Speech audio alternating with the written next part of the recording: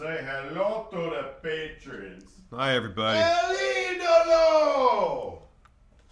If I scream that, can you pick up the guitar and start doing the Cien Almas theme song? That solo at the beginning is kind of tough. Oh man, give me that NXT title over there.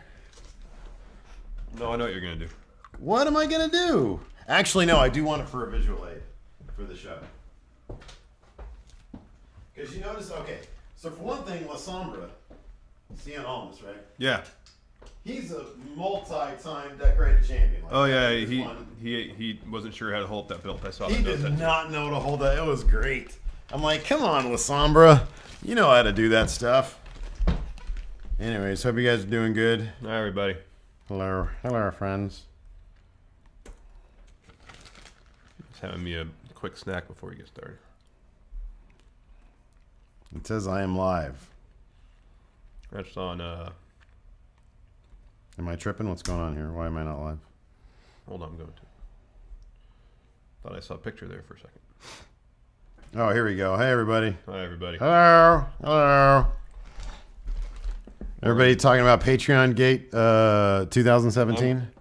I'm declaring my loyalties. I'm Balor Club now. Is Balor a form of crowdfunding that you're aware of? Fortunately not. No, sad. Very sad. It's a really comfy shirt, though. These acid wash shirts. It looks comfy. Yeah, no, it looks great. Good stuff. Yeah. Demonetized. It is cold, though, so I gotta zip up my hoodie. Ellie!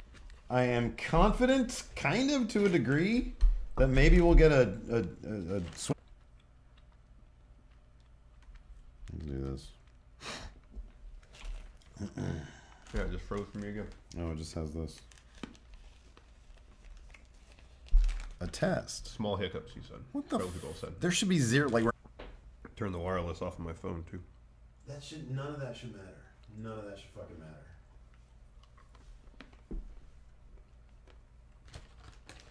Oh, it just froze for...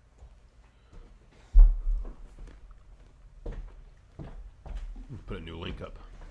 Yeah, I'll do that. Or edit the one that's on there.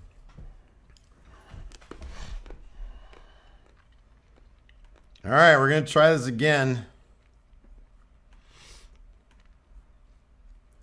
Hope you guys are doing good.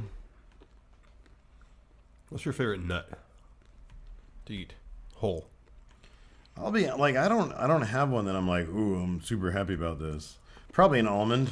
Yeah, almond's a good choice.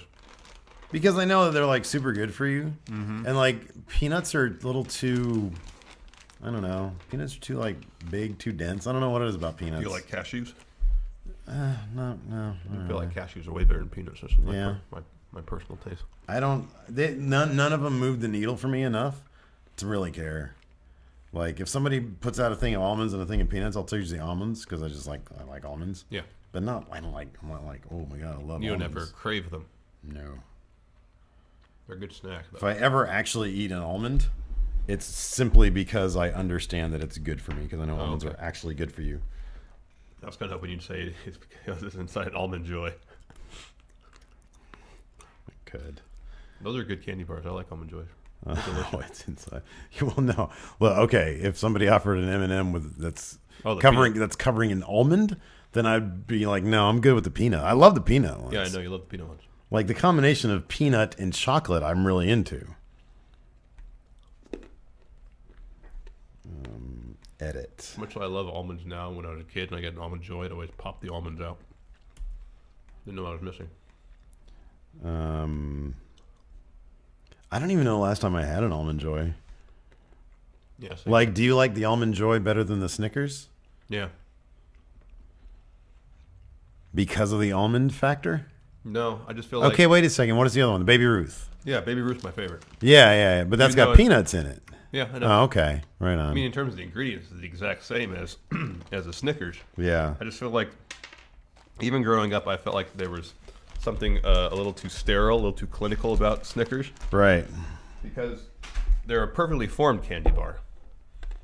What, Snickers? Yeah. Yeah, I know. It's great. Whereas Baby Ruth, there's imperfections. It's chaos. It feels like it was a little more handmade, homemade. Yeah, it feels like, yeah, it does. But and also, I appreciate that. Yeah, but it's not. No, I understand that. Yeah, it's trickery. It feels like somebody just slapped a bunch of there's no consistency to it. But then there is consistency to it. Yeah. You know what I mean? And I feel like the quality of the ingredients was more to my liking than Snickers. The quality of the ingredients. That's interesting. Not necessarily in terms of being grade A stuff. The best. Not in terms of that, just in terms of how it's put together and the flavors associated See, with it. that's just because taste. I just like the ratio of Snickers. You like the ratio of Baby Ruth. Yeah. But also like the individual parts of the respective candy bars taste different. Yeah. And I prefer the taste of Baby Ruth. Yeah. So let's talk about Patreon a little bit because we've got our best patrons here. I thought you were going to say let's talk about pancakes a little bit. No, we did that plenty yesterday. And I am legitimately delighted that the comments were alive with pancake debate. There really didn't seem to be a whole lot. I don't mean to circumvent the conversation you want to have, but there wasn't a whole lot of debate, Steve. Oh, there was plenty of people saying, look, I'm willing to admit that it was maybe 70-30, but I'm happy to side with the 30%. All right. I'm not always looking to join up with the majority. Totally fine. I enjoy pain. My thing, I told you this before we shot Daily, I started cracking up because I'm like, wait a second. So now it's socially acceptable for me to say, no, hold the wheat toast, but bring me a stack of pancakes. Not now. Instead. It's always been that way. You could have done that 20 years ago, Steve. You missed out on 20 years enjoying pancakes with your biscuits and gravy. Had I known that, I might be a bit more Damo than Trent Seven. But here's what I told you, too, in response to that. I said, you should appreciate the fact that pancakes are a more versatile breakfast food than waffles. I simply don't think they are. And I wasn't, at no point did I ever say that pancakes can't be the centerpiece of a breakfast. I said they could if you order a plate of pancakes, obviously the centerpiece of your breakfast. Yeah. However, they could also be an accoutrement, a side dish. I find it that the idea of somebody, we're talking about Patreon in a second. Yeah, the idea of somebody saying, hold the wheat toast, give me a stack of pancakes, it's just amusing to me. You only get 2 pancakes, though. It's a short stack. Okay, so is short stack defined by 2 pancakes? Yeah. They're not just smaller pancakes? Those are silver dollar pancakes. Oh, okay. Well, no, silver dollars like these ones. Well, they can vary. Or do they vary in size? Yeah, because I've gotten, at IHOP, their silver dollars used to be about that large. All right. Let's talk about Patreon. So yeah, it's because I saw a couple things here. Karen, you're about to be grounded. Oh, Steve is wrong. I don't care how many Going In Raw shirts you wear. Front row NXT. Well, whoever you ground, I will unground. I need to remake the thumbnail for today's episode because there's her standing right next to Cien Almas. I know. With a look of I'm not that impressed on her face. But at least it wasn't this. This is what she gave Bobby Roode. I really kind of feel like she needs to understand now when the red light's on the camera and she knows it's on hers, she needs to do this regardless of who's out there. I don't care who's out there. Could be Drew. Could be whoever she likes. No, she should be enjoying the show. No, not just not giving. She'd be in every NXT thumbnail. Thumbs up or thumbs down. She'd be in every NXT thumbnail to satisfy what you want to see. No, absolutely. No, it's to be in a thumbnail, which is great. Anyways, let's talk about this. She says she was very impressed with Andrade. Well, I kind of disagree.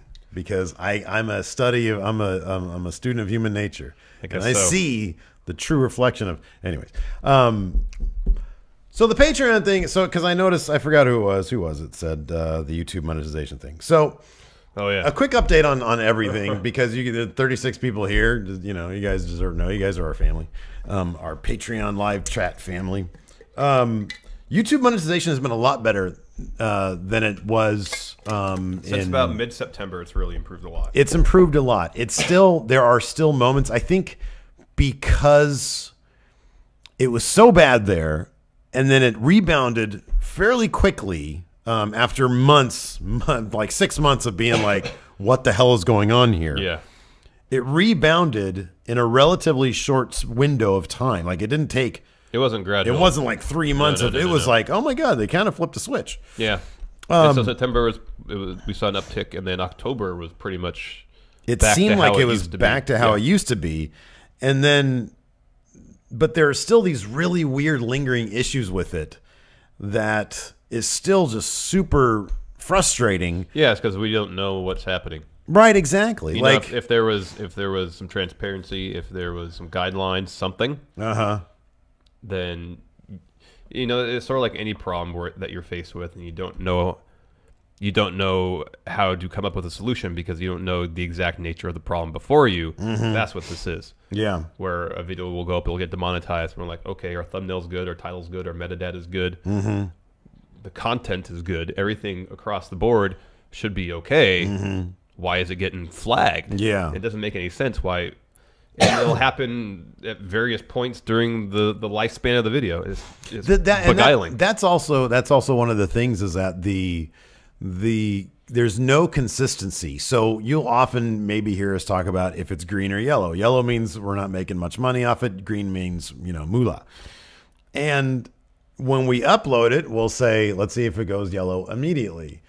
And that means immediately we're not going to be making a lot of money on it. So these days it goes yellow. Sometimes it goes yellow immediately. And then within like a half hour or so, it goes green. And then we're good for like the first 12 hours or so. And then it'll go back to yellow. And then for some reason, it'll go back to yellow for like sometimes a couple hours, sometimes 8 hours, sometimes 12 hours. Sometimes a whole day. Sometimes a whole day. And so it's the weird inconsistency of it that can be really frustrating. And the great thing about Patreon is that there was some semblance of stability there. Yeah. It's like we got it to a certain level, and it's around $5,000 right now, which is great. And then all of a sudden when Patreon comes in and throws this stuff in there, oh, hey, we're changing things. It's like, okay, well, great. That's something now you're adding instability to a platform that previously had some stability, It's just look, we are a small business, and every small business has to adapt to the ebbs and flows and tides and whatever of the landscape changing. And we're no different than that. So it would just be nice if there was some stability, but we're fine. Like everything's great. If anybody wants to say, hey, screw you, Patreon, that's fine. Like, we're totally cool. I think from this whole Patreon thing, the thing that just got us was the lack of transparency. We didn't notice any heads up that this was happening. And it would be nice for Patreon to come to the content creators and say, okay, this is the plan. We're planning to implement feedback. Tell us what you think. Because if we had seen this from the beginning, we'd been like, no. We're not going to pass expenses on to our patrons. That's what's most furious. When they say, I'm signing up to pledge this much a month. Then that's how much they should be pledging. There shouldn't be an additional fee for that. They're not ordering something from us, No. So it is kind of ridiculous. And yeah, JS Wooten to the subs thing, it is kind of frustrating. Like I can't speak for any other wrestling, outlets out there. But I know like our sub thing, I don't know if it's our recommendeds. I don't know. I don't know. And we've heard through the grapevine, I guess, that if your video is been demonetized and that video is not going into recommended and stuff like that. Again, no transparency from YouTube, so we don't know what exactly happens when your video is marked yellow. And our view counts, we do better when there's more interest in the WWE. Yeah, there's ebbs and flows to what we do as it is. So we do. We get. We can kind of schedule So our normal run-of-the-mill content doesn't generate subscribers, but whenever we collaborate, whenever there's a big event, pay-per-view live streams, and on occasion we'll do a video that if it does really well, we'll get a bunch of new subs. Right, exactly. Like the What Culture one. Yeah. And so there does seem to be some rhyme or reason for the subs thing, and it's honestly this might be me just sort of succumbing to the natural order of things now. Maybe it shouldn't be this way. Maybe just our continued output should be generating subs. But I just view it as, okay, well, what can we do this month to try to bump subs? That's one thing about getting an office space, which will help because, okay, well, we can bring in collaborations. We can, call up Brian Zane and say, hey, come out for a day or whatever. I'm not going to do that here at my house because that's weird. So, that kind of stuff can be taken care of, I think. Oh, yeah, sriracha hummus is great. Sorry, I didn't mean to change the subject, but Lonnie Eaton said he tried sriracha hummus. Oh, it's fantastic. Good job. Well done. Highly recommended. So yeah, we voiced our grievances. It is almost Festivus after all. Yes, true. About the changes, and we'll see what happens. We'll keep everybody up to date. Yeah. because it is a bummer. That it is. It is. It is. You want to talk about breakfast food some more? No, I think I don't know. I feel like there's a lot more. kind of done with that. Like, look, you want to start a new channel? Just breakfast? Yeah. Okay. I'm down for that. If you're See, I'll do fast food reviews if it's all breakfast items. I only want to do it if you're serious about it. This is like not the venue. Oh, that's good to hear. Good to hear. Good to hear. Matthew Williams, Esquire, says safe from wildfires. That's good. L.A. welcomed you with wildfires. Yeah, no kidding. With welcome to hell. You know, but it was when we lived there. It seemed like every November, up in the north part of the valley, there'd be a major fire. YouTube Red subscribers are great because who's asking? Stevie Bradley's asking about YouTube Red subscribers. If all of our views were YouTube Red subscribers, we'd be so rich. Yeah, we'd be filthy rich. Yeah. Jack Dolan asked, "What is your feat of strength this year?" When I go to the gym tomorrow, I'll see if I can set a new high in the bench press. There you go. Feat of strength. Yep. Yeah. Maybe we should wait. My feat of strength is going to be beating this freaking cold of mine. What day is the 23rd? Maybe we should arm wrestle on the 23rd. Oh, it's a Saturday. Nope. Want. Sorry, pal. Do on the 21st. I don't mind losing to an arm wrestling match to you. Doesn't bother me though. Yeah, I don't really see the point of it. Just because it's fun. Is it? Yeah. Yeah. Maybe we'll see. I feel like you're always wanting to prove yourself. It's weird. I like challenging myself. Challenge. Yeah. We'll see. Maybe we'll play some basketball. I have not shot a basketball in like more than a year. Well, there you go. Advantage Steve. Yeah. Oh, Jack Dolan says thumb wrestling rematch. I feel like your paws are like, I think it'd be like another squash match, dude. You got like the Braun Strowman of paws. Or I just have the James Ellsworth of paws. All my years playing baseball gave me strong hands. Mm-hmm. And forearms. Is eating God knows how much sugar and not getting diabetes a feat of strength? You're playing with fire there, pal. Yeah. Blue Thunder Bomb, if you guys played golf together. Steve has never golfed, right? I don't think so. Golfing is great. It's fun. Talk about challenging yourself. Yeah. It's fun. Yeah. It's not exactly the weather to golf in because it's cold and windy. Yeah. But I love golfing. I don't get to do it enough. That's cool. Doesn't really appeal to me. I have a great set of clubs out in my garage, too. You should take advantage. Let's go to the driving range. Hit some balls. It's cathartic. Yeah. You got some pent-up frustration. Just get a bucket of balls, hit them. It's great. I have zero frustration, man. Do I look like a stressed out guy to you? I've seen you stressed out before. Well, when this thing doesn't work. Or when we get a string of yellow on marked videos, then you're frustrated. Well, yeah, man. So, but all the golfing in the world ain't going to fix that. No, I'm just saying. If I got a bunch of yellows, I just want to keep on working on what's going to keep that green. Well, the thing is we don't know. Yeah, I know, man. Gold is the game. He meant golf. Yeah, golf is great. Power rank the worst things about YouTube. Oh, do you think USA requested NXT on their channel to test ratings? We're going to talk about that today because I think I'm gonna try to clickbait the episode a little bit. NXT to USA Network. That's fine. I was going to do that with the NXT episodes. Demonetized. I heard that Scott Dawson's going to return the next couple weeks. Or 4 to 5 weeks. Monetized. Cool. I don't know what the advertiser is. Oh, did YouTube do their end of the year? Oh, it's so bad. I was pooping the other day. I watched like half of it. Yeah. I don't recognize anybody except for like that one. What's his name? Casey Neistat. Yeah. Whatever it is. Yeah. I recognized his face. I didn't recognize anybody else or any of the like references they were making, except like they were heavy on the fidget spinners. Really? It's so bad. Gosh. They waste so much money on that crap. Did they shoot it 8 months ago? I know, right? And I'm like, wait a second. You guys have a platform that is burning like LA right now.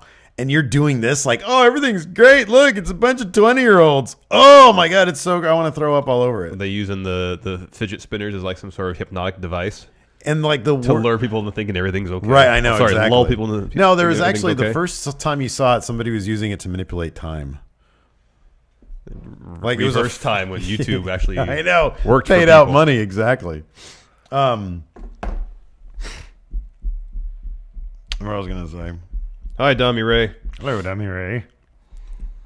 Yeah, it's really bad. And then they did, it was so bad. Because, like, part of it, they, like, cut to, like, news broadcasts of, like, the Houston floods and stuff. And they're like, all these people coming together to help out. And then, like, it cuts to, like, shots of, like, YouTubers, like, holding hands and stuff. It's so bad. It's so bad. So Therathabad wants us to do the Young Bucks pose, but doing the Yano shrug instead of flexing. You ready? Right now? Yeah, 3, 2, 1. Power rank golf movies. We got Caddyshack. Caddyshack's probably number 1, right? I mean, my personal favorite is probably just Happy Gilmore. Happy Gilmore. Yeah, that's a legit funny movie. Yeah, it's not bad. It's one of those two. Didn't Kevin Costner do a golf movie? Tin Cup. Tin Cup? I never saw that. Nor have I. And then there's that legend of Bagger Vance. Yeah, that one. I didn't know if that was a horse or a person. Because isn't there like another legend of something weird? There's a lot of like a horse movie. Legends of you eat pieces of shit for breakfast. Oh yeah, and it had what's his face in it. I love him. Bob Barker. Yeah, him, but no, what's his face? Christopher McDonald. Oh yeah, Shooter McGavin. Shooter McGavin. Thank you. Yeah.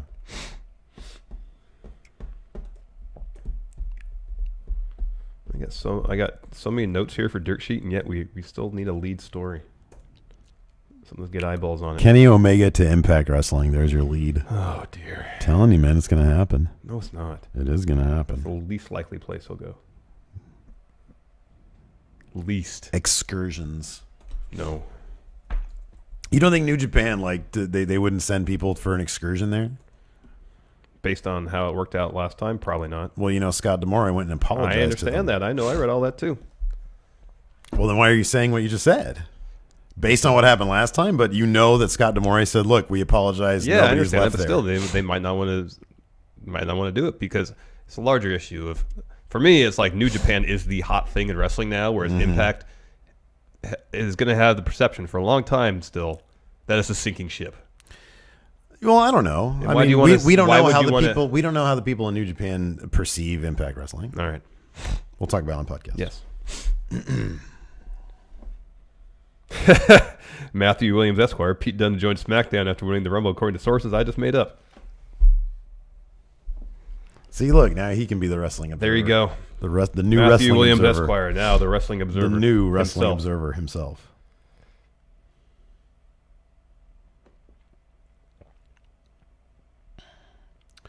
Oh, God, we got to get this started. Yeah, we got to get started. All right.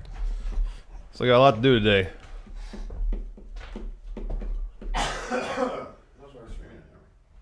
What? I'm streaming today. Yep. Oh, I had an idea for that, too. Today is Xbox, right? Be a part of the best pro. No, we did both of them last week. Oh, okay. Then I guess we'll be Xbox.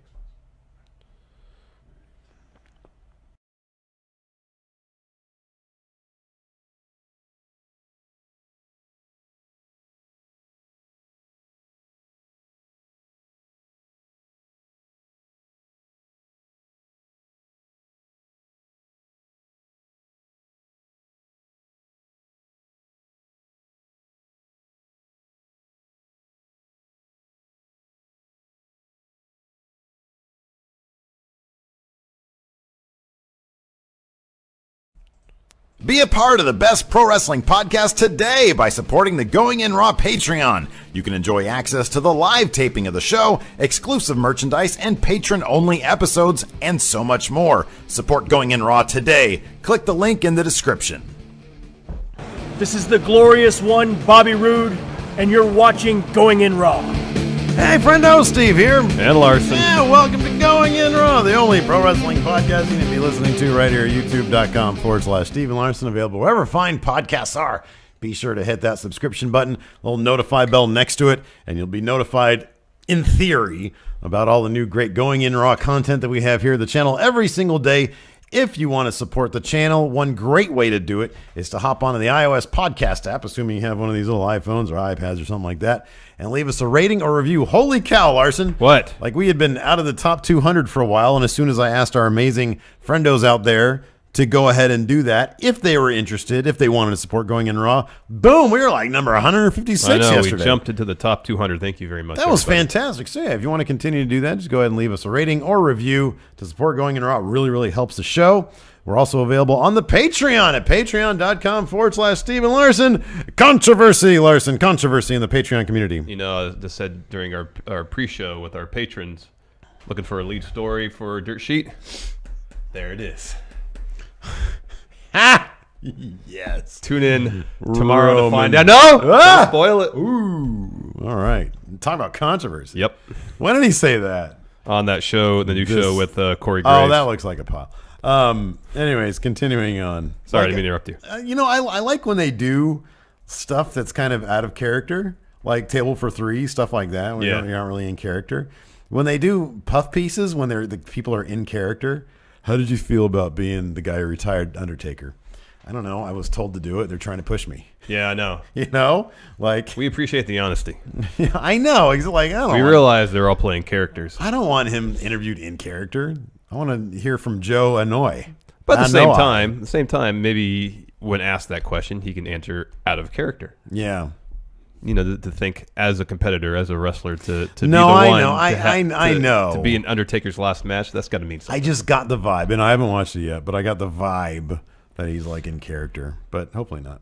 Anyways, yeah. So real quick, for our patrons out there, there was a little bit of a dust up with Patreon. They're instituting these new fees on the actual people pledging their hard-earned money to us, to the creators, without letting us know in advance. Patreon decided to do this. They said in their email they had consulted with a focus group of some sort, and the focus group said, yeah, no, it's great. Let's go ahead and do it. And it didn't really sit well with us. We've let Patreon know our thoughts about that and how we're not happy about it and how we really hope they reconsider. A lot of other Patreon creators out there are doing the same exact thing. We would not begrudge anybody who is currently pledging Patreon support to us if you decided to support us in a different way. If you are not happy with this new development, we're not happy with it. No. And we'd like to do everything we can to change it. That being said, we really appreciate everybody's support on the Patreon. Hopefully this is a situation that will be corrected, and it needs to be corrected. You can hit us up on the Twitter at Real Going In Raw. You can have our full statement that we laid out to our patrons and to Patreon itself. Yeah. If you want more info about that. We're also at Pro Wrestling Tees. We have a Pro Wrestling Tee shop. We got lots of great designs there, and more to come. That is this one. is. Is not. You're sporting Finn Balor right there. Yeah, Balor Club. Looks like a very comfy shirt, though. It is exceptionally comfy. I like comfy. the design. Yeah. Money well spent. Awesome. I almost wore Cold Water Larson my head on my shirt, but I need to order that. I want your head on my shirt. That's exactly what I want. I get to see you almost every day, and I want you additionally. Yeah, you still want my face on my body, on your person. Are you gonna wear your face on your person? I said I almost wore it today. Oh, that'd be great. You should do that. Would you wear that out and about, like date night? No. This weekend, date night. No. You're not gonna wear your face on your body? No, that's a bit much. That is a bit much. I'll be honest with you. I'm out in public wearing a shirt with my own face on it. It's like just saying to the world, "Look how important I am. Look how much I think about myself. It's a little odd. Think of myself." I don't think it's that. I think it's a little oddball. A bit little weird. narcissistic. I'd see that. Yeah.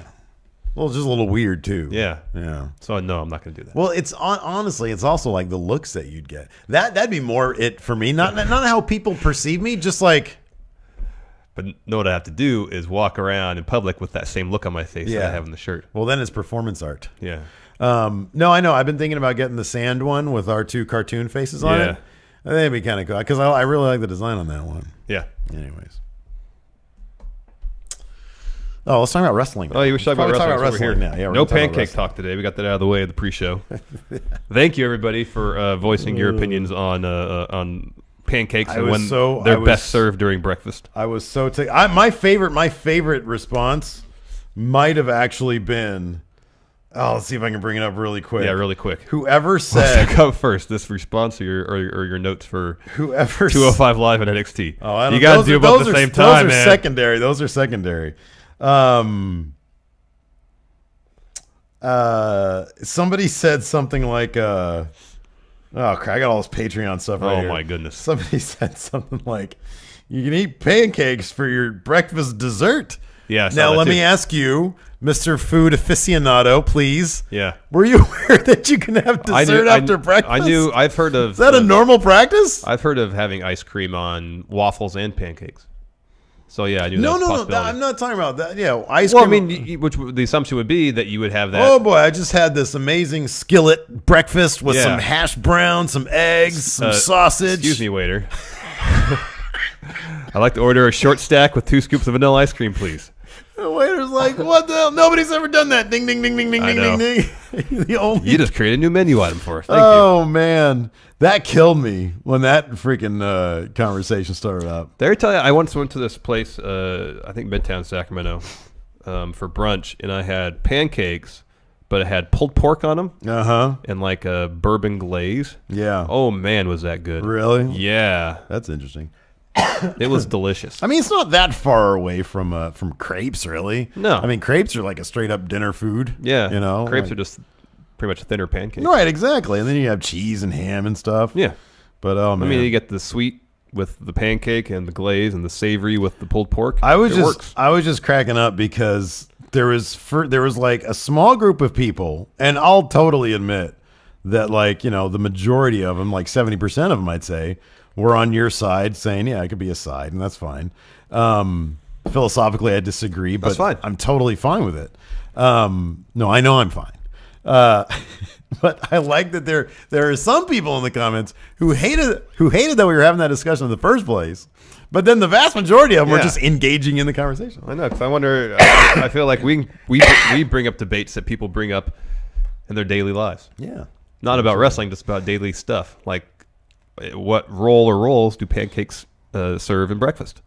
See, and as I said in the pre-show, I think through all this, you should be appreciative of the fact that we have discovered that pancakes are a far more versatile breakfast food than waffles or French toast, because it could be the focus of the meal, or it could be an accoutrement.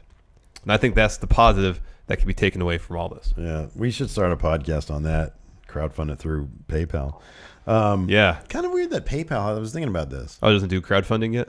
Well, it wouldn't surprise, because I know you can just donate to people on PayPal. Yeah, but I mean, like have their own service. I'm surprised that they don't have their own side business, yeah, like with its own facade, you know. Yeah. Call it something, you know, silly. Curd food. Pay them. Yeah, yeah, pay them, exactly. Pay buddy. Pay buddy. Yeah. He can send his money through Pay buddy. Pay buddy. Hey, pay buddy. Anyways, where's my notes? What is today? It's the 7th, man. You don't need to wait for me. You can just start talking. Oh, this is the 205 Live hosted by Drew Gulak. Yeah. He kicked off the show. He's totally turned a face, you know. Yeah. That's totally happening. Yeah. Because Enzo left him in charge of 205 Live because he was off doing some other business. Exactly. And he gave him the microphone of power? Is that what what he called it? Gaba Gulak called it that. Yes, that's what I meant. Enzo just happened to leave it there, yeah, and Gulak picked it up and called. Yeah, I think he called it the microphone of power or leadership, something like that. And in the end, like we'll go note for note what happened. But by the end of it, Gulak had kind of not done. You know, he had not led the Zo train to victory in any way, shape, or form. No. Enzo's probably going to come back, give him a lot of guff. Yeah. Gulak's going to win against Rich Swann. He might pick up that cruiserweight title. It's entirely possible. If they're setting this Nia Jax thing up with him, I think that's going to be the case. Could be. On the other hand, they've got this tour coming up, so maybe he'll do double duty. I don't know. Yeah. Because Enzo, I was reading. Enzo, I think it's going to be. I think it was a newsletter today saying how, like, whatever the top program in 205 Live will tour with Raw, like they have been, except for the weekends. The 3 in January and I think the 3 in February they have planned. Yeah. To do the house shows as kind of the trial run. Mm-hmm, yeah. So whoever's champ and whoever he's in the program with will still do the Raw house shows except for those 2 weekends. Right. I hope those shows do well. And I know the second batch is in February, and I know they're doing a West Coast swing. Ooh, for 205 Live? I don't know about 205 Live, but I mean, the house show here. Yeah. SmackDown show yeah. is early February, so maybe. Yeah. That'd be nice. That'd be really cool. But they might just be focusing on the Northwest for now. I don't know. I think because they're focusing on. Oh, sorry, Northeast. Yeah, they're focusing right now on venues and specific territories, areas that they think they'll have the best shot at getting a hot crowd. Yeah, which is smart. It's interesting they didn't choose Philadelphia. Yeah. Maybe there's not a venue that could be they really want or think will serve their purposes. Yeah, that could be. I don't know. Because Philadelphia typically has a pretty hot crowd. Mm-hmm. Yeah.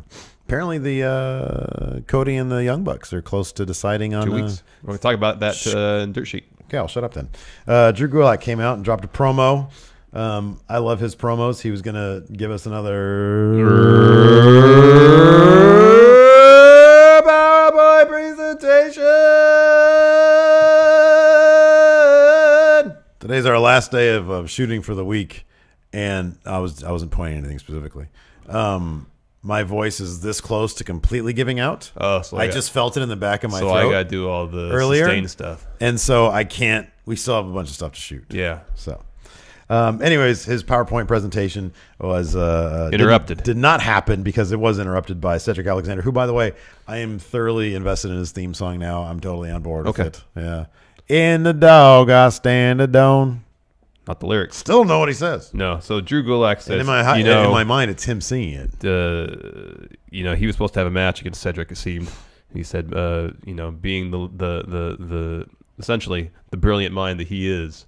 He's the conductor of the Zo Train now for one night. He thought ahead and he found someone to replace him in this match. Well, he said, as a good leader, leaders delegate authority. Yes. Delegate tasks, and I talked to management, and they let me delegate this match to this man, and it was Noam Dar, longtime foe of Cedric Alexander's Noam Dar. Yes, and said they did a great, perfectly captured TV direction close up on Cedric Alexander when he heard the music, and he went, "Oh, there's some history there. I like that. That's good. Tons of history." Yeah. So Drew, rather than being in the match, took a seat behind the commentary table, joined. Nigel McGuinness was on fire on 205 Live. All the side-eye he was giving Vic Joseph. Love him so it was much. so good. I love him. He's great. Yeah, he's great. So anyways, the one thing that I really loved about this is, it's not just that Drew is now conducting the Zo Train for a night. He's staying true to his vision of Drewtopia, because at one point when Noam Dar had a chance to gain some real solid momentum in the match, he goes up to, I think he's like in the second rope. Yeah, he's on his way to the top rope. Right. And Drew gets pitches a fit. Yeah, he stands up from commentary, goes over and yells at him, "Don't go on the top rope." Right. Don't go on the top rope. This distracts Noam Dar. Uh-huh. And that momentary distraction was enough for Cedric to take advantage, kicked him, hit a lumbar check, picked up the win, and no one in the wrestling universe, as far as I can tell, sells a lumbar check as well as Noam Dar. We've seen him sell it, do the full leap. Yeah. And this time, once he hit, it looked like he literally lost sensation in his extremities. It was great. He just kind of sat there on Cedric's shin for a moment, and then just fell over. Oh, it was great. Was fantastic. Yeah, it was every awesome. time he sells it a little bit differently, and it's brilliant every time. He saw that football hit and was like, I'm going to try doing a... That's so messed up, man. Stinger. He's fine now. Well, he's not fine. No, he's not fine. But he's getting better. Yeah, I hope so. There's He's movement had down surgery. there. Oh, he did? He did surgery? Yeah, for spinal stabilization. Oh, okay. So hopefully Ryan Shazier, I think is his name. Yeah. Hopefully. I think he'll be fine. Hopefully. He'll be good. I don't know if he'll be playing football anytime soon. Probably not. Maybe not ever again. But oh, God. Hopefully he has a long, healthy life ahead of him. I agree. Next was Mustafa Ali, Akira Tozawa. I'm sorry. Was that joke out of hand? Was that out of hand? Was that an out of line joke of mine? Oh, the Noam Dar selling it like the football player guy. It's all good, man. Demonetized. Mustafa Ali, Akira Tozawa, and Rich Swann were backstage, just kind of joking around a little bit, clowning around. Yeah, and then Dasha entered the room, pulled Rich aside for an interview. She's been a lot better lately. Yeah, she has. She's found a good stride. And Rich was talking about his match tonight, but more so talking about the fact that he's going to beat Drew Gulak on Raw next week and beat Enzo and be the two-time Cruiserweight champion. Not going to happen. The much better story is Drew Gulak. Yeah. Rich Swann has been putting on some amazing performances the last 2 months. He really has. And he's really been a focus of Enzo of late. So unless they're going to pretty quickly, if Drew wins the title, quickly pivot to Enzo, Rich Swann, and then Drew, Cedric Alexander, because they're laying the groundwork for both those feuds. Yeah, that could be. I like not knowing. That's a good thing. Yeah. I just think, man, I think it's such a great story. I mean, either way, but I really love the idea of Drew turning because I think he could be a really hot face. Oh, yeah. Let's see here. Next, Brian Kendrick versus Grand Metalik. Oh, Grand Metalik did a promo? I didn't see that. Yeah, it was one of those picture-in-picture ones. En español, por favor. Sí. Muy bueno. El ídolo. Hold on, we'll get to that later. La sombra. I love, dude. I can watch any Grand Metalik match. I am in love with Grand Metalik. Yeah. I think he's great. He's so fantastic. There's the things that like nobody is able to take the ring and paint a picture quite like the way he does because he uses every little bit of the ring to be as interesting as possible. Yes, it's absolutely great. But he lost. Yeah, he lost. Brian Kendrick won with the captain's hook. Yep. Next, good match though. Yeah, it was good. Next up, we had Tony Nese, Noam Dar, and Arya Daivari backstage. Drew Gulak was painting a metaphor using the Justice League. Yes. And he said he was Batman. He got to be Batman. Enzo was Superman. Tony Nese was Aquaman for obvious reasons. He kind of looks ish, a little bit. Noam Dar was the Flash. Yeah. And then a great little bit, he called Daivari Wonder Woman. Yeah. And he quickly took offense to it. And then he said, "Why am I Wonder Woman?" And he says, "Because you're a fierce warrior and you have impeccable fashion sense." And then he seemed very satisfied with that response. As he was counting a stack of $100 bills. That's great. That's great. Oh, I love Daivari. He's great. All these guys are so good. I know. I mean, I do believe that an infusion of talent is necessary. Mm-hmm. But the core 4 faces, 4 heels that they have, minus Enzo, are all great. Are all great. They're all fantastic, and they all have, at this point by now, and I think that may be one reason why Rich Swann is having these killer matches, because fighting the same people over and over again, you have to develop like a second language, like or second nature. Yeah, you get some chemistry developed with people. Yeah, exactly.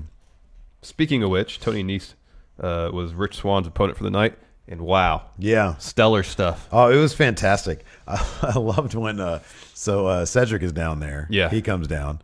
And what's his face? Tony Nese puts Swann in the Tree of Woe to do his like ab workout thing. And he says, "Here, watch this. Maybe this way you'll get some abs." He goes down there, he does it. I know. I love his trash talk. Tony Nese is great. Tony Nese he could easily just be the body guy. I know. But he does have a lot of charisma. It's great. It's fantastic. Yeah, it was a really fun match. And I think Cedric told Tony Nese, I don't know if it was that point, but definitely wanted to stop running your mouth, huh? Yeah. It was good stuff. Really good. So Rich Swann went over with the Phoenix Splash. After the match, Daivari and Noam Dar came down the ring. The Zo train surrounds Rich Swann. Well, he called him out via his megaphone. Cedric Alexander. The siren on his megaphone. Tozawa and Mustafa Ali come out to make the save. Mm-hmm. Faces stand tall. Mm-hmm. Even while attempting to beat down the faces, Drew Gulak managed to fail. Yeah. This whole episode is about Drew Gulak's failings as a leader of the Zo train. Pivotal episode, I think. Pivotal plot point here. Yeah. So this might be a turn in the tide of his relationship with Enzo Amore. Could be. I'm really looking forward to seeing where it goes. Yes. Fun episode. Fun episode. No Enzo. Fun episode. Yeah. Let's see here. Next up. Ooh. El Idolo! It's NXT. Where's that guitar of yours, man? Let's get some some Spanish guitar going. That opening solo is way too fast for me. Oh, it's great. Do you think Elias could play that opening solo? Yes. No. Spoiler alert. He did. No, I don't think he did. I found out. Oh. My sources. Silence yourself. Say Silence. Elias played that. Now your mind's blown. Yep. El Idolo. Tranquilo. What is that you're doing now? I'm hushing you. you. Just give me Tranquilo. Tranquilo.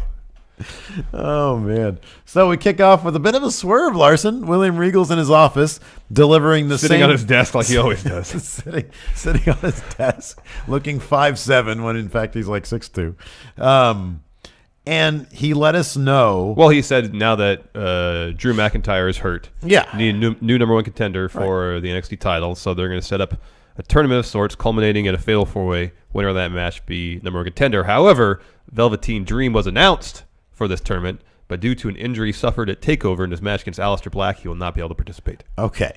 So it was after TakeOver that we got that. Yeah, I don't know why they did that. Was that just to swerve the spoilers? Maybe. I think it was probably just to swerve the spoilers because it did get all of NXT Twitter up in a huff. Like, wait a second. But then a lot of people are just saying, Tranquilo. And eat.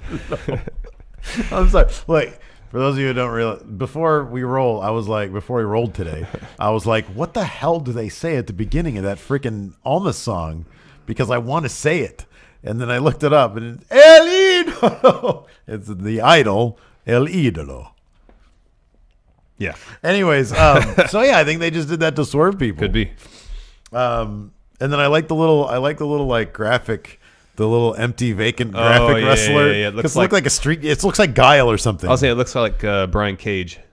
Yeah, I know exactly, but like cartoony. Yeah. The silhouette they have for mystery wrestler. So very exciting. We're getting 4 qualifying matches to lead into a fatal 4-way. Yeah.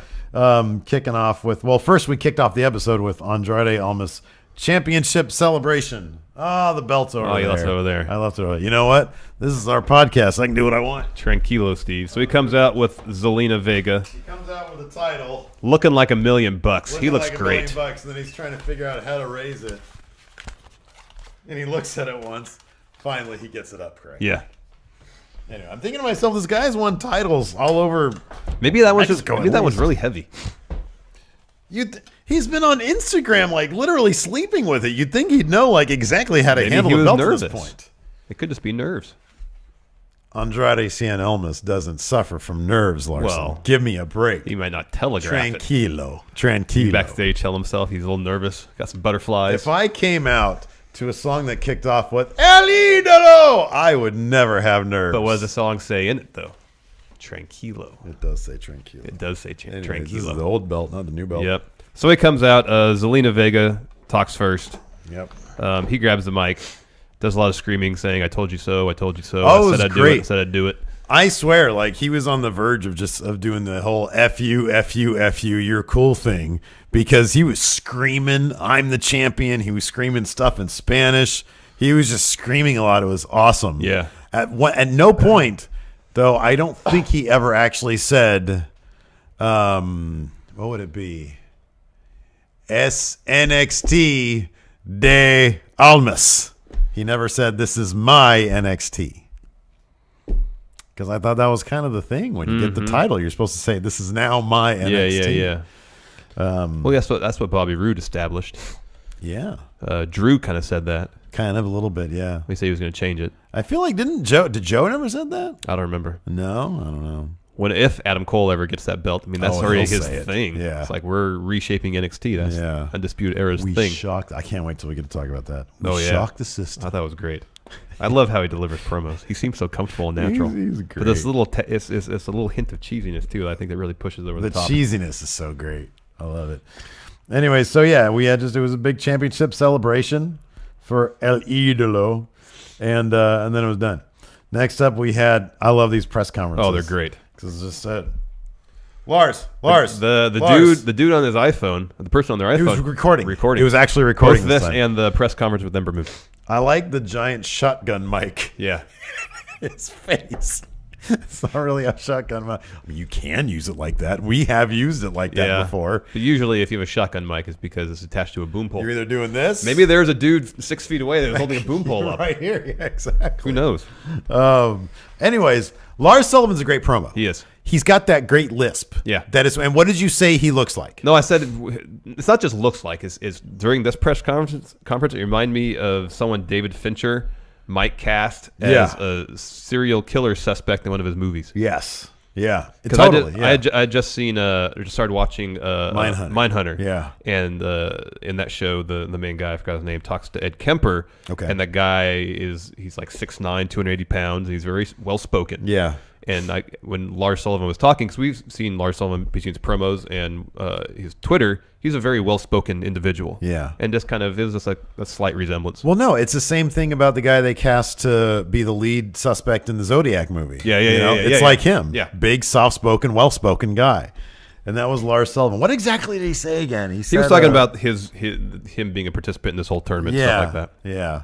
Oh man, I love when he talks. It's great. The greatest reveal too was when he was done with the press conference. So he's got a tap out shirt on, right? Yeah. But he's he turns around. He's got his trunks on. He turns around. He starts to walk away, and you realize he's sitting there with his little tiny trunks on. He's got his trunks on. Oh, it was great. That was awesome.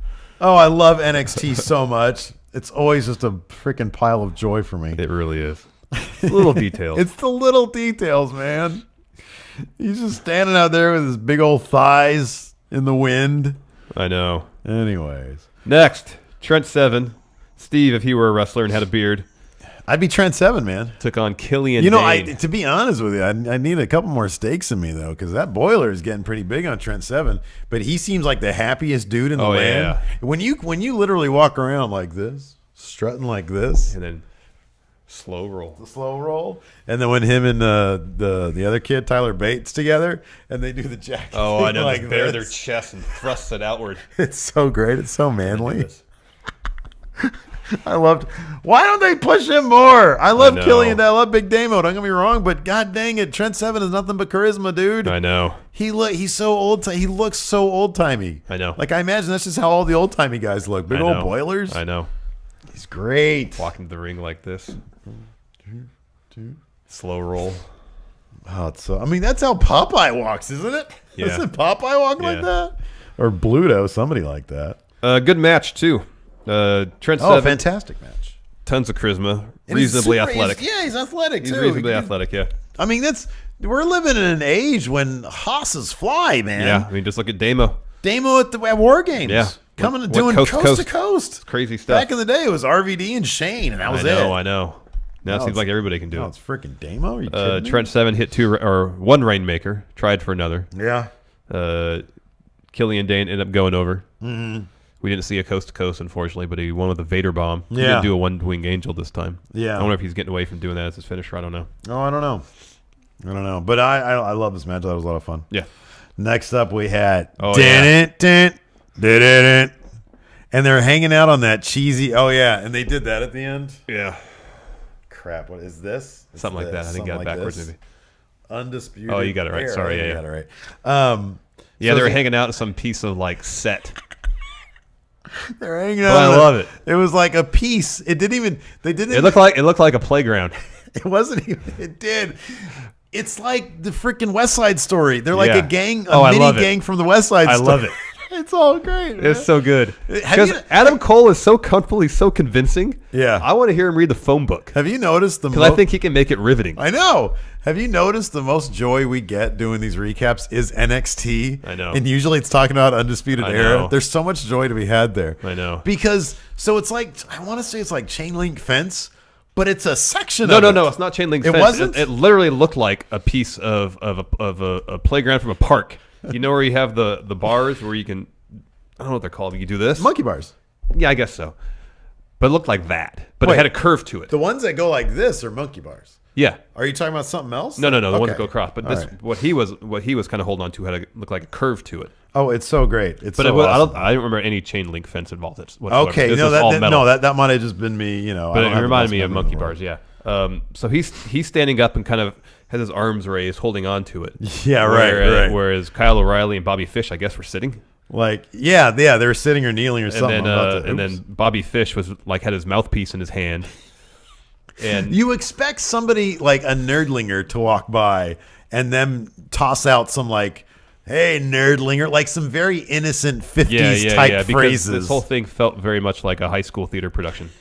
And I'm not saying that as an but insult. But it was so cool. It was awesome. It was great, man. So Adam Cole is talking about how they're there to shock the system, take over NXT. Oh, they can't get enough of that phrase. It's great. Oh, I know. At War Games, oh, you're right. Look at that. Yeah, okay. It kind of looks like monkey bars. There. A little bit. This looks like a piece of set. Yeah. But in the he's in the NXT warehouse. And look, he's got his trunks on too. Yeah. They probably shot this right before he had his match. I know, exactly. He was like, at War Games, we shocked the system. And not only that, we won the most brutal match in NXT history. Yeah. But Adam Cole just has such a perfect combination of believability, comfortability, with just the right amount of cheesiness. Oh, I know. It's so great. then Kyle O'Reilly. It's like they're nerds, but not, because dude, come on, look at them. They're nerds. They're cool nerds. They're cool nerds. They're cool nerds. Oh, it's man. great. I loved every second of it. And then they ended the promo because he talked about he's gonna be taking on Aleister Black and their fatal four-way the qualifier. promo thrown up. And it's just a massive hands with fingers everywhere. Yeah. I'm not even sure they all got it right. It's just you see so many hands and fingers all over the place. It was great. It's such an awkward gang sign. Next to the main event, probably the highlight of the show for me. What was next? Next, we had Ruby Riott against Sonya Deville. Thank you for doing it properly. Ruby Riott. Yeah, man. How cool is this? Sonya Deville picked up a win. I know. That's good. She's getting much improved in the ring. I like her offense. It's crisp. It seems stiff. Yeah. It's convincing. No, it's great. Yeah. Ruby Riott's great. Uh-huh. Great spot where she did that suicide dive to the outside. Yeah, that was cool. And Tope Consuelo. Tope son something. Tope Suicida. Son Suicida? Something like that. Okay, because I know there's a son in there. Oh, okay. Yeah. Well, when they go to the top rope, it's Tope Con Hilo. And then, what's his face? Morrow said Sonya Deville is part of the new faction, Absolution. Oh, he said Absolution? Small thing. I just cut because I watched it twice, man. That's how much I loved NXT this week. Okay. Watched it this morning while I was putting together those Friendo Care package. Sonya Deville went over. One, as Ruby Riott was trying to get back in the ring, she kicked her in the head, put her in a triangle. Yeah. Ruby Riott passed out. No, I liked it. I liked the finish. I liked the story that they told with the ankle and all that kind of stuff. They did that elongated spot where she was in the ankle and then had the ankle lock going, and then she got to the ropes, but it didn't matter because it was no holds barred. Yeah, it was no holds barred. So no DQ. So no rope break. So no, it was all good stuff. It was really good stuff. Next, another press conference. This time with Ember Moon. I cannot get enough of the Iconic Duo. They're great. I cannot get enough of the Iconic Duo. Their sense of comedic timing. The faces, especially that Billy Kay makes, are absolutely hilarious. So anyways, they were asking Ember Moon, God bless her soul.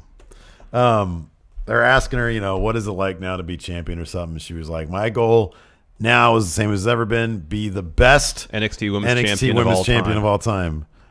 You've already taken losses in your time during NXT, Ember Moon. That's not going to happen because it's always going to be Asuka. Well, someone could still have goals. Spoiler alert. It's always going to be Asuka. She should say, my goal is going to be the second best NXT Women's Champion of all time. But what if, even if she has taken losses, if she holds that belt longer? This is a hypothetical. Longer than Asuka. Sure. So even if along the way she eats losses. No, I'm saying even though she has eaten losses, what if for the next 2 years she holds that belt? Yeah. Well, I feel it's still kind of a fail because she hasn't gone up to main roster yet. Oh. Yeah. Well, she goes to main while still NXT Women's Champion. And still doesn't lose. Continue. And captures both SmackDown and Raw's Women's Championships. Continue. What if she does all that in the span of the next 2 years? No, still not and there. then gets inducted into WWE Hall of Fame, main event WrestleMania. Okay. Buys Impact. There. Okay. Then she'll be the greatest NXT Women's Champion of all time. Buys Impact. As long as she buys Impact. Anyways, the Iconic Duo roll up on her, and Billy Kay says, Peyton and Billy here from the Iconic Times. Anyways, Ember Moon says, which one of you guys wants to fight me next week? They both said me. And they both said me. And then you go like, what did you I thought he was going to. It was great. It was good comedically. Stuff. It was it's not just wrestling good. It's actually good. Yeah. You know what I mean? Sometimes things are just actually good. And so they figure out, Peyton Royce says very diplomatically, I feel like I've got some unfinished business. Billy Kay says, okay, just leave a little bit for me. I'll finish her off. Yeah. And they said, okay. And then they look at the press and they just go, eh. Yeah. It was great. Billy Kay's facial expressions crack me up, dude. They're so good. Next up, Rockstar Spud's coming. No, it's Shayna Baszler, man. When I saw that silhouette, I was like, oh, man, they're bringing Rockstar Spud into NXT instead of 205 Live. That's cool. Oh, Spades. Rockstar Spade. Right? Oh, that's the Queen of Spades. That's Shayna. Okay. Yeah, that was my thought process right there. That's cool, too, though. That's good. Finally, we get some promos. Soon. Shayna Baszler is going to be coming soon. Yeah. So good. That'll be good. Shayna Baszler? Shayna Baszler. Which one? Shayna Baszler? Sure. I think it's Shayna. Yeah, I think so. I always have to remember the Y's there. Yeah. I always want to say Shauna. No, it's Shayna. Shayna. Shayna Baszler. I'll get it. Anyways, next up we had like a freaking match of the year candidate. Oh, man. What was up with this match? It was fantastic. Holy crap. The only way it could have been improved is if Ono didn't tap out so soon. He tapped out kind of quick. Yeah. I felt like there should have been more drama with the finish, but otherwise it was a near perfect match. Did you see when Cassius Ohno flew from one side of the ring to the next and like delivered that elbow to the back of the head of Gargano? Yeah. Holy moly. Ohno did the Rich Swann thing where he did a flip. I know. Again, hosses are flying, man. If I tried to do that, oh my God, I'd kill myself. You'd destroy both your knees. Absolutely. Throw out your back, too. Oh, it'd be my back. Yeah. My knees would be fine. My back would be, oh my God. Cassius Ohno's, like, even just something as simple as his block of Gargano's slingshot spear was so well timed. Yeah, I know. He's so crisp. He seems to, whether it's him or the agents booking these matches, finds out creative ways, it seems like, to reverse people's moves or counter people's moves. It's good stuff. It's great storytelling. And Johnny Gargano's the same way, and it's no surprise, I guess, when you get two guys who are ring generals in the ring together, that they put on something really stellar. Yeah. A lot of drama, a lot of near falls where Gargano just kept kicking out no matter how much punishment Ohno would deliver to him. At what point, Ohno, when Gargano was like kind of draped over the ropes, went up to him and was like, just stop. I know. Just stop. That was great. And then Gargano did this, and Ohno just kicked the hell out of him. Off the ropes, off the apron. That looks stiff as crap, too. That looks stiff as crap. And then, of course, instead of, see, if it was me, I'd have just laid back in the ring then and be like, all right, let's see if we can get a count out here or something. Yeah. But then Ohno kept on the offensive, went out there, and that was a mistake. Yeah. Then it came back in, and he ended up tapping out. He did like, what was it, like a Hunican, or like a head scissors takedown into the Gargano escape. Yeah. And Ohno tapped pretty quickly. It would have been great if there was just a little more drama involved with that finish.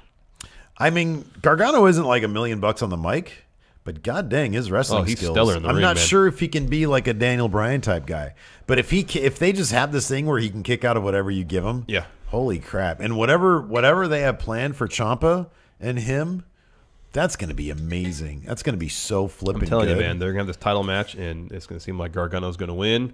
Out comes Ciampa, cost him the title. That's going to kickstart their feud again. Would you prefer that, or would you prefer him actually win? I mean, I'd hate for Almas to be a transitional champion, and that would make him that. Yes. I kind of feel like I might prefer him winning the title, feeling all, but his one kryptonite is Ciampa, and he comes out, and it really messes with the champion's head, because at that point, he's just a little kid again. You know what I mean? Yeah. Because that was kind of the image he had of him when he was, trying to, that was the heartbreaking swerve. I know. I think it'd be great if he's on like top of the world. Like he didn't get screwed out of it, top of the world. Because think about it, Ciampa might want him to have that title, so he can have it. So then he can have it, and he knows he's got his number. Could be.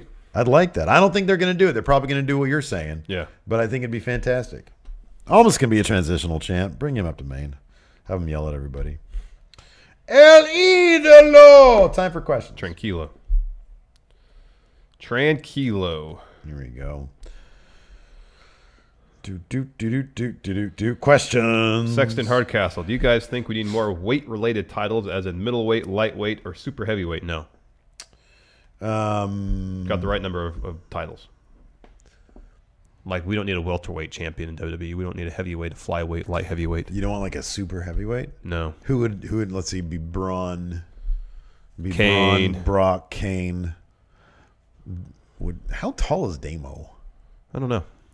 I don't think he's that tall. I don't think so either. He's probably around 6 feet, 6'1", maybe. Yeah, I don't know. I mean, they could do the thing where they just call him like super heavyweight. Yeah, they will call him super heavyweight. Fudge it. 6'4". No, I'm fine with. Is he really 6'4"? 6'4". He's only 32. Holy crap! And 322. All right, that's super heavyweight. Tall glass of water. Yeah, man. Look at those big undies that he has on. Oh, I know.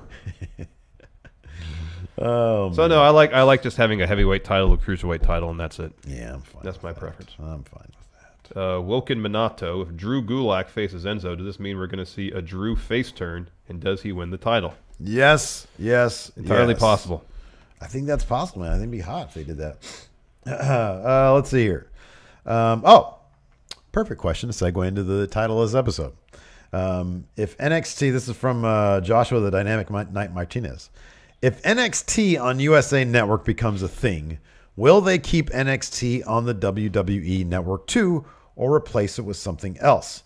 Maybe move 205 Live into its spot or the UK show. So next week is going to be WWE Week on the USA Network. So we have Raw on Monday, SmackDown Tuesday, NXT on Wednesday, Tribute to the Troops on Thursday. And then Journey to the Center of the Earth 2? With the Rock movie. With The Rock. But then Charlotte's in Psych the movie. I think that's on Thursday after Tribute to the Troops. Okay, cool. Right on. So it's a full week of... And I think the Luke Harper episode of Damnation is next week, too. I've been watching Damnation. You told me that. Yeah. There's a lot to make fun of. I'm guessing NXT, and Karen says here as a response that it's just a one-off. Yeah, it is. But it could be, potentially, if it does really well in the ratings, could be maybe a litmus test of... I think that's exactly what it is. Future of NXT on USA Network. It would not surprise me at all if... I'm not going to say the entire reason they're doing WWE Week, but one of the major reasons they're putting NXT on is you got to figure... USA is paying WWE a lot of money every year, $160 million a year. They got a new deal coming up. They're currently in talks because they have like the first right of refusal or whatever. Yeah. Till next spring. You got to figure USA might be thinking, well, we can give you the kind of money that you're looking for, maybe a slight bump from what you got, even though, it's not like they're making their money back on it. But they do have the prestige of saying we have the most highly rated show on cable or whatever, blah, blah, blah. We need something else to justify kicking in more money. Mm-hmm. So if NXT can be a Wednesday show that gets half the ratings that Raw does, it's still pretty good. Yeah. It's still pretty good. I think, about 1.5 or so. 1.5 million. I don't know how that matches up with anything else, but I'd imagine I imagine it'd probably do better than a rerun of Modern Family. Yeah, probably. Or whatever they have running on Wednesdays, or Crizzly or whatever. Yeah. You got to figure that, hey, WWE has this amazing product. Why don't we test it out? I'm not optimistic that the numbers would be all that great because I think personalities sell the show. And NXT's thing is they're not personalities yet to a mainstream audience. Yeah. So you're not going to see John Cena showing up to pop ratings. Yeah. And I wouldn't want to see that. No. So I think it's a really, really interesting experiment.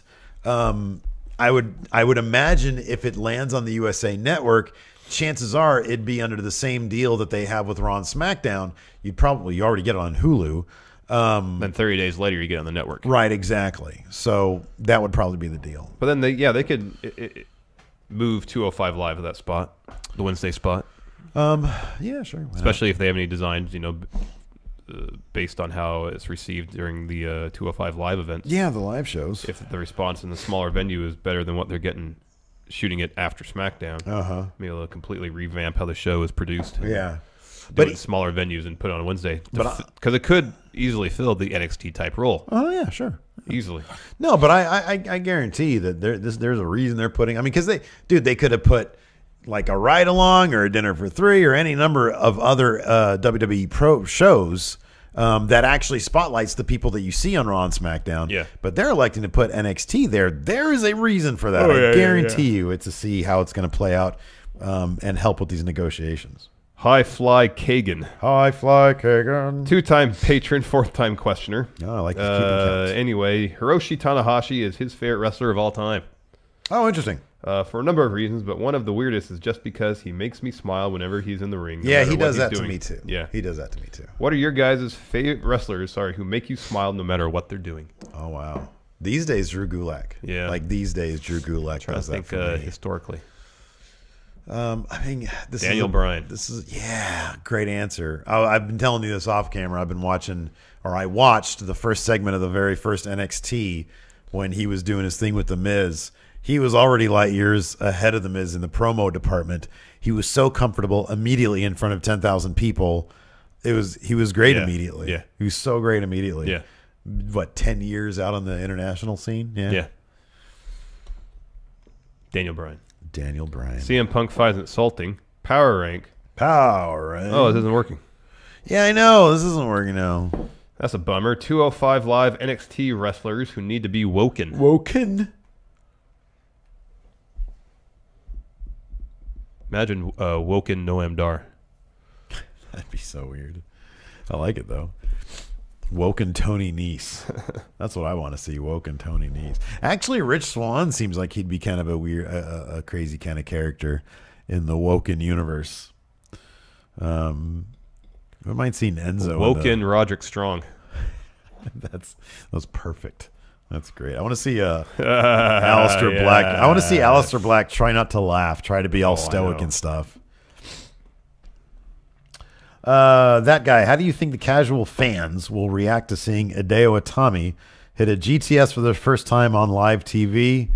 Do you think there will be any CM Punk chants? You know what? I really paid attention to the video package they rolled. Did they show any GTSs? No. Oh, interesting. They did his running knee, Daniel Bryan, but he adopted as the knee plus, but they did not show a GTS. I would hazard a guess that he'll bust it out at pay-per-views, but not on 205 Live. He'll tease. Yeah, right. They'll tease it, yeah. I'm surprised they didn't even show any footage of him, like setting up for the GTS. Yeah, that is kind of interesting. Like if they want to, get a people who aren't aware of who he is invested or interested in him, show all that move. Man, it's been 2 years now, CM Punk. Longer than that, 3 years. 3 years. I think it's 2014. Well, it was early 2014, wasn't it? I think so. And we're coming up on early 2018. Oh, it's almost 4 years. Oh my gosh. Well, yeah, 2 of those years he spent training for UFC to get his face bashed in. And to get married, dude. Hey, he's got a blue belt now, though. Sounds good. It's true. Karan, you're not me. Hey, Borbin. If you two are both pro wrestlers, what would be your tag team name and your finishing move? Now, it's been a while since we answered this question. We used to get this question every once in a while. What's our tag team name? Nowadays, yeah. Well, in the Indies, it'd be the Ish Twins. Yeah, the Shit Twins. We're not going to get demonetized. Well, we'll see. We'll be fine. If we do, we know what to blame. No, YouTube's weird algorithm. I agree with that. Not my saying S. Yeah, I think it is. Because long ago, when we first started doing 10 for the win, someone called us that. All right. Thought it was funny, and we kind of adopted it. Yeah. So the Mighty Don't Kneel are now TM61. Yeah. Because they couldn't bring that in because apparently there's like a faction of still guys doing that. We come in, Triple H says, yeah, we're going to have to change that name. If I did funny, you guys would be able to use that name on the indie circuit, but this is the big league guy. You're in NXT now. What are you guys going to rename yourselves? We can't be Ish Twins? That's an USO thing. Oh, that's right. Yeah. So the teaming in Raw. Tagging in Raw. How about F content? Okay. It's kind of weird. I like it. Yeah. I don't know how many people out there remember F content. Yeah, I don't know either. F content. What was even the etymology of that joke? What was the origin? Oh, I don't know. F content. I mean, we were talking about like sexual situations. F obviously stands for, the F word. Yeah. And so we didn't want to, I don't know, we thought it was funnier to not say it. It is funnier. It is funnier. It's funnier F content. to say that. Yeah. This is F content. What was it? We always put an adjective before that to. I know. I'm trying to remember what it was. Exclusive. Yeah, well, exclusive F we content. did like a behind the scenes series of videos called Exclusive. We have exclusive F content. Yeah. Tommy T. Hey, friendos. My question is, what are some flaws you guys notice about your favorite wrestlers? For example, Tommy T loves Seth Rollins, but he's not that good at storytelling in the ring. He never sells a body part for long after his opponent targets it, like in his WrestleMania match with Triple H. Okay, all right. That's kind of a big problem with one of your favorite wrestlers. They're not good at storytelling. Oh, man. I like CM Punk. Go ahead. He just wasn't terribly athletic. He's not a really athletic guy. No, he's not, but that doesn't bother me at all. Because I never felt like that was a prereq. For me, that's not not on my list of priorities. See, but I feel like for a wrestler of his size, a decent level of athleticism would help you. Define his size. Because he was like very average height. Yeah, that's what I mean. He was very average. Yeah, okay. yeah. If you're going to compete in a land of monsters like with Kane and such, you need to have an obvious advantage. Oh, his thing was grit and heart, though, man. And technical prowess. But not as a heel. Anyways, the question is... Well, he would cheat as a heel, though. Yeah, a flaw, and that was it for me. Is like... Okay. And like whenever he pulled his shots, it wasn't really convincing. Okay. Like his kicks seemed weak. Oh, you think so? Yeah. I never really noticed that, but I mean, that could be. Good point. Oh, God. I don't know. Okay, so I always wanted to say, and I know like one of my favorite matches is his WrestleMania 28 match, and then his End Mania series, like with HBK, with Flair, with Undertaker. Yeah, Undertaker. But beyond that, I've never geeked out to be like, man, I really want to watch an Undertaker match. It's always because of the other guy. It's because of Flair. It's because of HBK. It's because of Triple H. It's because, HBK again, the first Hell in a Cell. Yeah. But it's never like, I don't know what he does to make it all that good. I don't think he does anything besides a lot of lumbering around. He does the cool theatrics stuff, obviously. I mean, he used to jump over the top rope. That was neat. Yeah, that was cool. And then you see him land on his head when Domino was supposed to catch him, and it's like, well, that's terrifying. Yeah. So, I mean, Undertaker, I don't know. I mean, he's always like, wow, yeah, Undertaker. But at the same time, like, he doesn't really do much, does he? The last ride was impressive because, man, he got him way up there. You got to lift him up. But then after a little while, you're like, God, what's he doing to his knees? I know. And on top of that, he's throwing that guy down from a really high height. I know. Well, then you see Kota Ibushi do it. He's not doing it to people I would imagine the same size as the guys Undertaker was doing it to. Yeah. But you see Kota Ibushi, who's nowhere near the size Undertaker, do it relatively effortlessly. Yeah. And it kind of minimizes, I feel like, the how impressive the last ride as performed by the Undertaker really was. Me and Evald used to make fun of Shawn Michaels when he came back because some of his like design aesthetic was so nerdy. Oh yeah, but that was always the case. He had that. No, when before he left or before he retired, he looked really cool. I mean, there was the period like in 95, his merch was always terrible. Nerdy. That's okay, what I'm when he wore like the weird cap, like the limo driver's cap, and the like circle, the Lennon glasses. Yeah, you're right. That's terrible. But the little bit after that, he was kind of cool. The DX phase was cool. Yeah, when he turned heel, that was fun. That stuff was neat.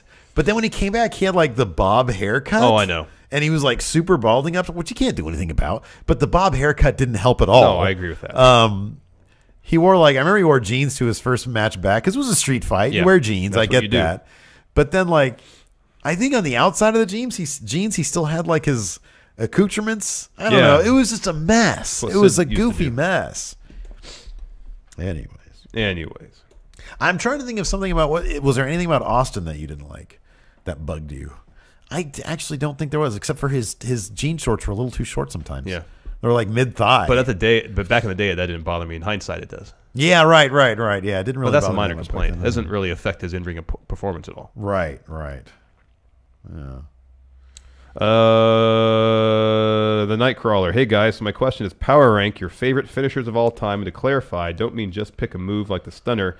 Pick a specific instance of each finisher, like the Stunner Austin hit on McMahon, or the sweet chin music that retired Ric Flair. Speaking of Ric Flair, I'm going to say, great question. When Arn Anderson busted out his finisher on The Undertaker during the Ric Flair match. That's good. And then he did it again at Starrcade, apparently. True. To Dolph.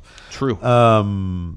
When The Rock and Austin were going back and forth with their finishers at the end of WrestleMania 19,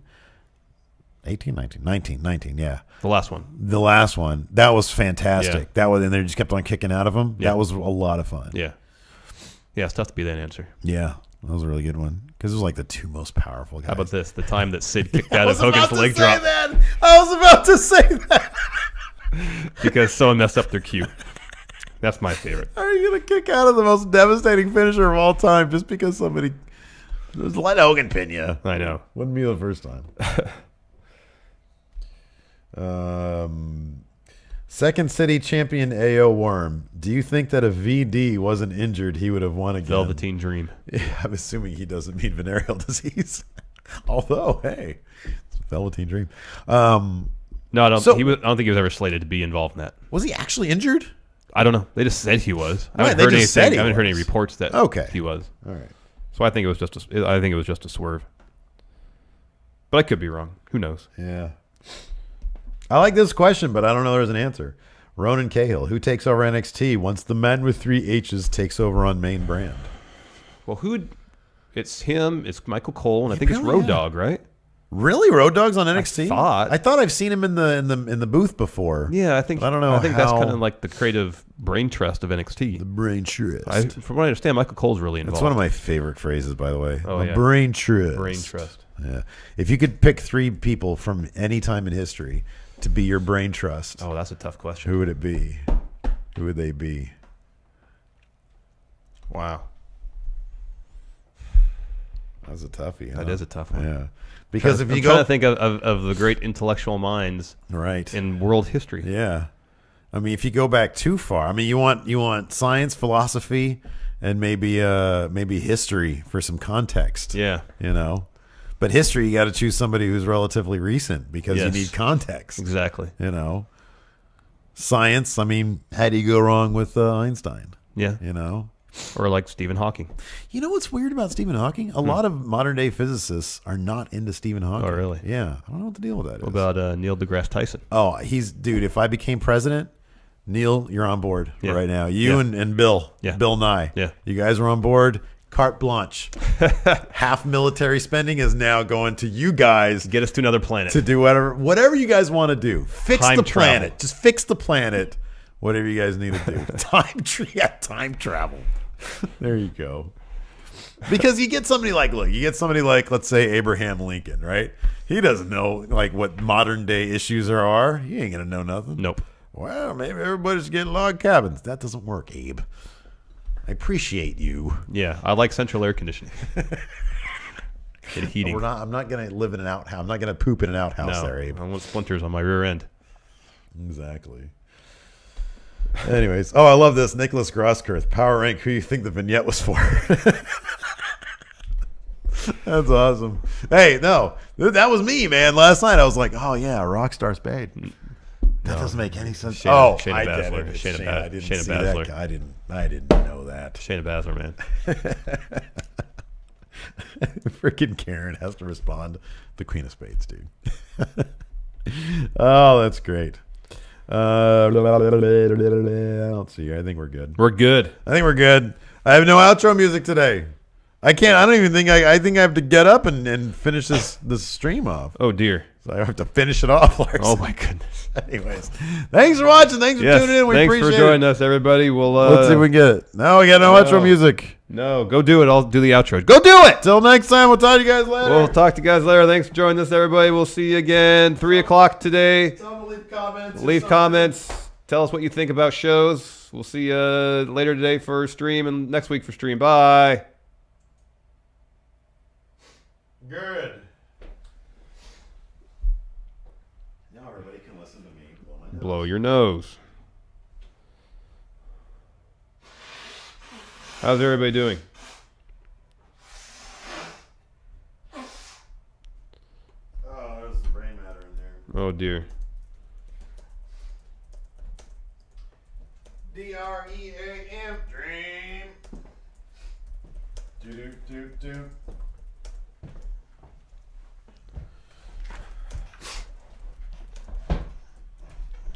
Let me finish getting these notes together.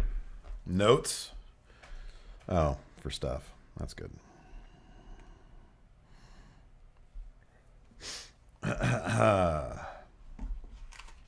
All right, if anybody has questions, let me know. I'm going to be reading my copy of Wrestling Superstars Sports Review Series, full color action gallery with, oh, what the hell? Strong arms. No, man, down here. Semi-automatic machine gun for $4. What year is that? What the flip? What the flip is that all about? Oh, it's a pellet gun. Wait, pellets. 22 caliber pellets? Yeah. They have calibers for pellets? Yeah. What is caliber? The size. Oh, just size. I don't need to say size. Alex C says, does anyone in wrestling have more of a gifable face than Kyle O'Reilly? No, it's hilarious. Official Fahad, guys, I just became a $20 Patreon. How can I send you my video for Matt Chat? We'll put a call out for questions for the next Matt Chat. Yeah, and the next Matt Chat will not be till the new year. We're taking a bit of a time out from Matt Chat because we're trying to decide a few things about our programming schedule for 2018. Right. And also we're going to do a bunch of countouts for end-of-year stuff. Yeah, we've got a bunch of lists that we've concocted for end-of-year stuff. Yeah, but Matt Chat will be coming back next year, and it will likely, I think, end up being weekly. Yeah, we're figuring all that stuff out. Yeah, we're figuring it all out. Stay tuned, but for now, Matt Chat's on hiatus till 2018. Oh, wow, Jack Dolan. This is difficult. Power rank Funhouse members. Oh, man. Elise is number 1. I like JS Woon has it immediately. Elise number 1, Bruce number 2. Bruce is great. Yeah. James has to be 3. I would actually put Lawrence at number 3. Yeah. And because I think he's the most enthusiastic one. True. And then James at number 4. And then, I mean, I guess that means Kovic's at number 5. I guess so. Yeah. Sorry, Kovic. I love you anyways. Yeah. All these guns here. What year is that from? 2016. Fall of 1986. Oh, look at that dude. It's Patrick Bateman. Oh, man. It's great. Must clear up acne, pimples, and blackheads, or you pay nothing. A 4-ounce bottle is acne stuff. You know what this thing is on? I'm going to do this. Hold on a second. You guys are going to get a little treat here. You're going to look at it with me.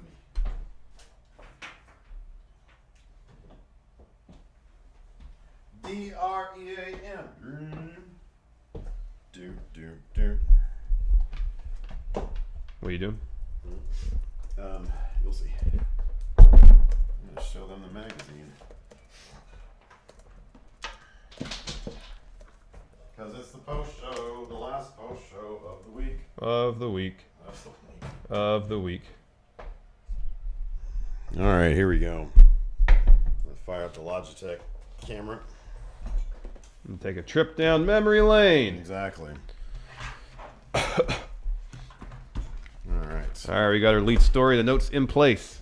Good. Controversy. I almost forgot about it. I'm happy I didn't. Here we go. Whoa. That's a mess. All right, here we go. Let me do that. There we go. All right. Oh, wait, where it is.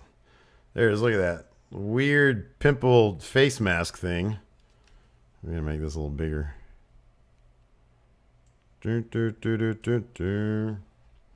Got Larson's reaction. There we go. Oh, here we go, Larson. Too skinny, a new shape in 30 days, or pay nothing. Come on, focus, you son of a bitch. Oh, dear. Look at that. A new shape in 30 days, or pay nothing. You pay nothing. You pay nothing. Yeah, Steve, you should be grounded.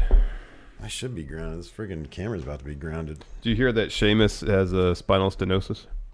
What exactly is that? I believe it's a narrowing of your spinal column. That's what caused Edge and Stone Cold to ultimately retire. Oh, that sucks. Look at this. Explosive power in your hands and arms. Man, that is a lot of gun ads. Hammer fist. Or pellet gun ads. Yeah, dude. They're all over the place. Oh, that's a great question. Lonnie Eaton, how do you guys feel about yogurt? He feels it always needs fruit or nuts in it. I agree. I don't feel the same. I'm fine with it just plain. I mean, I think it helps it. I think it enhances it. Yeah. But I like to put my own fruit and nuts in. I don't like when you get the stuff that has the fruit in it because it's always full of sugar. I don't want that. I want to put my own blueberries or strawberries in it. Right. Fresh, preferably. Frozen if I must. Oh, it's on autofocus. What the heck? Power Rank Possible Hall of Famers 2018. Batista, Goldberg. Ric Flair. He's already in twice. He's right here. Oh, look at this color gallery of Bruiser Brody. Bruiser Brody. Look at that. What a great color gallery that is. Who's that he's fighting? Oh, Chris Adams. I think he's dead, isn't he? Sounds right. Why are these pages stuck together? Oh, wow. Oh, look at Lex Luger. Nicholas Grothkirth saying that reports are Sheamus's neck is Stone Cold levels of F. So is he going to retire like immediately? I don't know. Because that sounds like he's probably going to retire immediately. Sounds like he should. Right, I want more of these ads back here. Get in on the profits in small engine service and repair. Start your own money-making business. Look at that guy. That dude has no idea what he's doing. Increased income. Look at Walter H. Strick there from Campbell, California. I've had about 8 years of experience. There he is. I've had about 8 years of experience repairing small engines, but repairs were only minor. Until I started the Foley Bellsaw course. Watch out for that guy. So Sheamus is rehabbing. And apparently he's using something called a neck hammock. Look, they got this sex toy in here. Just 5 fun minutes a day. Oh, it's supposed to be for exercise. Who do you think will win the World Tag Tournament? I hope Best Friends will. I'm rooting for For Greg and Dustin. No, man, I want Elgin and Jeff Cobb to win. Oh, gosh. How awkward. Well, that definitely ain't happened now. What if they were slated to win? And I think I had them as my favorite. I think Best Friends have the most points going. Yeah, in their bracket or in their group, yeah.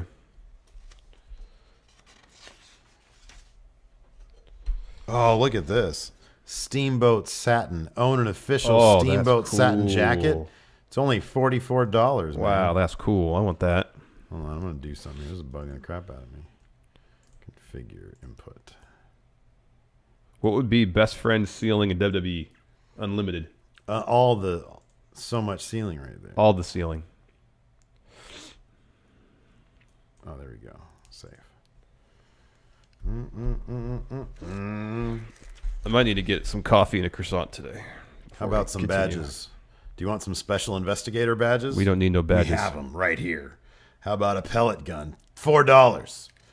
How about, this looks like a Mauser. Yeah, it's a Mauser. Man.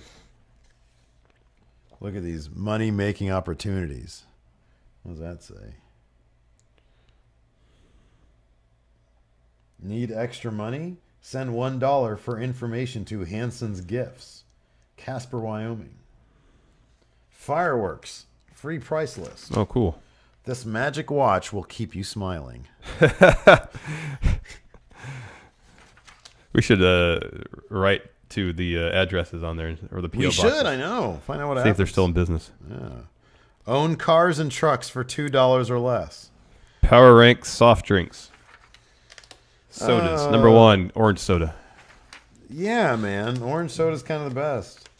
I would say, I think we've had this conversation fairly recently. Yeah, grape soda is good too. Yeah, but it's kind of not. Like, it's good when you're a kid. Oh, what does Hulk Hogan have to say? What does it say? His low overall ranking will probably result in a flood of mail to our offices from angry fans, but we'll take our chances. This surprised even us, but in the final analysis, it's easy to see why Hogan finished tied for 9th. Oh, listen to this rundown of Hogan. Oh, dang. He lacks scientific knowledge and takes a tremendous amount of punishment for a man of his size. Relies greatly on his size and power. At 6'8", 302 pounds, Hogan is an awesome sight in the ring and very hard to outbrawl. Has the ability to simply overwhelm an opponent. Those are all good things. Yeah. His limited offense can hurt him severely in a match against someone with scientific knowledge. Who they have number 1 on that list? Okay, so number 8 is Billy Jack Haynes. He came in above Hogan. Stan Hansen, Ronnie Garvin, Ric Flair. Above Ric Flair is Hacksaw Jim Duggan. That's interesting. What is this list of? The best wrestlers? I don't know. Oh, Bruiser Brody's number 1. Again, what is this list of? Rating the wrestlers. An in-depth analysis of the sport's top 20 stars.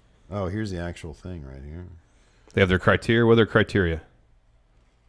Being good. Legacy. Some of the offense. No, it's this.